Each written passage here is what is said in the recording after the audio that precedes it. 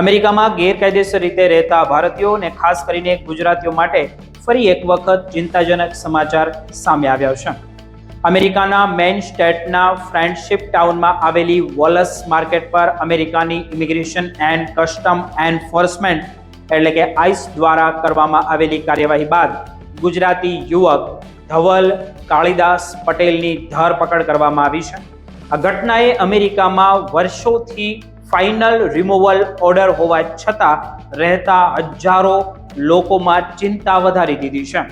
મિત્રો, માહિતી શું મળી છે તેમની વિગતે ચર્ચા કરીએ તો ધવલ પટેલ સ્ટોરમાં કેશ રજિસ્ટર પર કામ કરી રહ્યા હતા ત્યારે આઈસના એજન્ટોએ અચાનક ત્યાં પહોંચી તેમની હથકડીઓ પહેરાવીને ધરપકડ કરી હતી અને પ્રત્યક્ષદર્શીઓના જણાવ્યા પ્રમાણે શરૂઆતમાં એજન્ટોએ પોતાની ઓળખ પણ સ્પષ્ટ કરી નહોતી અને તેમને ક્યાં લઈ જવામાં આવી રહ્યા છે અથવા તો ધરપકડનું કારણ શું છે તેમની પણ કોઈ માહિતી આપવામાં આવી નહોતી.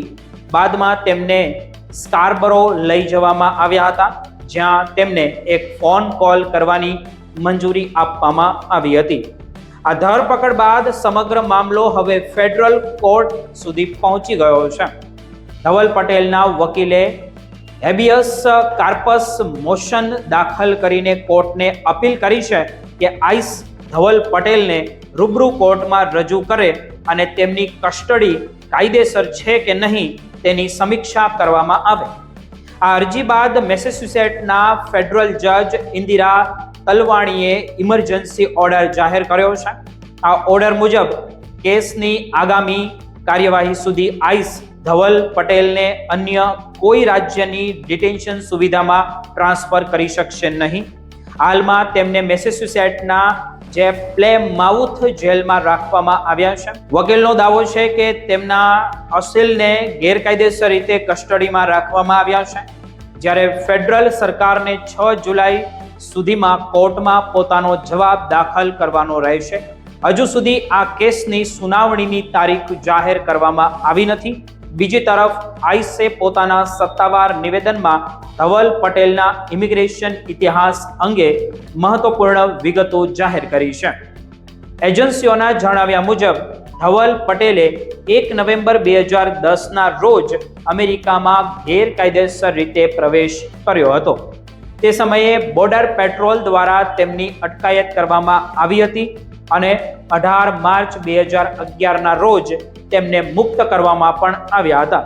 પરંતુ ત્યારબાદ તેમણે ઇમિગ્રેશન કોર્ટમાં હાજરી આપવાનું અને આઈસ સાથે સંપર્કમાં રહેવાનું બંધ કરી દીધું હતું. પરિણામે 8 ઓગસ્ટ 2011ના રોજ ઇમિગ્રેશન કોર્ટે તેમની ગેરહાજરીમાં ફાઇનલ રિમૂવલ ઓર્ડર એટલે કે ડિપોર્ટેશન ઓર્ડર જાહેર કર્યો હતો.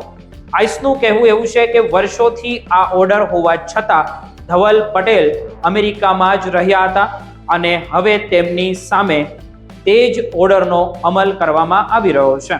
એજન્સીઓનું સ્પષ્ટ કહેવું છે કે ડિપોર્ટેશનની કાર્યવાહી પૂર્ણ ન થાય ત્યાં સુધી તેઓ કસ્ટડીમાં જ રહેશે.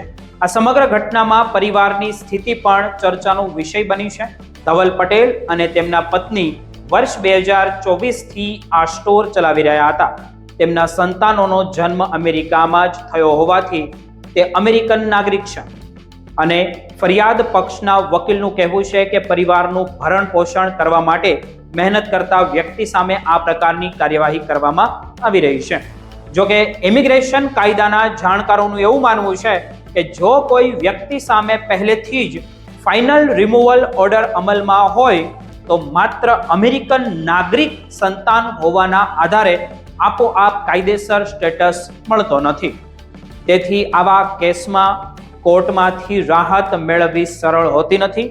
આ કેસ માત્ર એક વ્યક્તિની ધરપકડ પૂરતો મર્યાદિત નથી રહ્યો. અમેરિકામાં હજારો એવા ગુજરાતીઓ રહે છે જેમની સામે વર્ષો પહેલા ફાઇનલ રિમૂવલ ઓર્ડર જારી થઈ ચૂક્યો છે પરંતુ તેઓ હજુ પણ દેશમાં રહે છે. ઘણા લોકો અમેરિકામાં પ્રવેશ્યા બાદ ઇમિગ્રેશન કોર્ટમાં હાજર થતા નથી અથવા તો આઈસ સાથેનો સંપર્ક તોડી નાખે છે. પરિણામે તેમની ગેરહાજરીમાં જ ડિપોર્ટેશનના આદેશ જાહેર થઈ જાય છે. હવે બદલાયેલા ઇમિગ્રેશન અમલ હેઠળ આવા લોકો સામે કાર્યવાહી વધુ ઝડપી થઈ રહી છે. સ્થાનિક પોલીસ અને ફેડરલ એજન્સીઓ વચ્ચે પણ કેટલાક કેસમાં સંતુલન વધુ જોવા મળી રહ્યું છે અને તાજેતરમાં ઓહાયોમાં ડ્રગ્સ કેસમાં ઝડપાયેલા ગુજરાતી પિતા પુત્રને સ્થાનિક કસ્ટડી બાદ આઈસને સોંપવામાં આવ્યા હતા અને તેમની સામે પણ ડિપોર્ટેશન પ્રક્રિયા શરૂ કરવામાં આવી હતી. ધવલ પટેલનો કેસ ફરી એક વખત સ્પષ્ટ સંકેત આપી રહ્યો છે અમેરિકામાં રહેતા ગુજરાતીઓને કે અમેરિકામાં ગેરકાયદેસર રીતે રહેતા ખાસ કરીને ફાઇનલ રિમૂવલ ઓર્ડર ધરાવતા લોકો માટે હવે જોખમ પહેલાથી ઘણું વધી ગયું છે. હવે સૌની નજર ફેડરલ કોર્ટના આગામી નિર્ણય પર રહેશે, જે નક્કી કરશે કે ધવલ પટેલને કાનૂની રાહત મળે છે કે પછી તેમના ડિપોર્ટેશનની કાર્યવાહી આગળ વધે છે.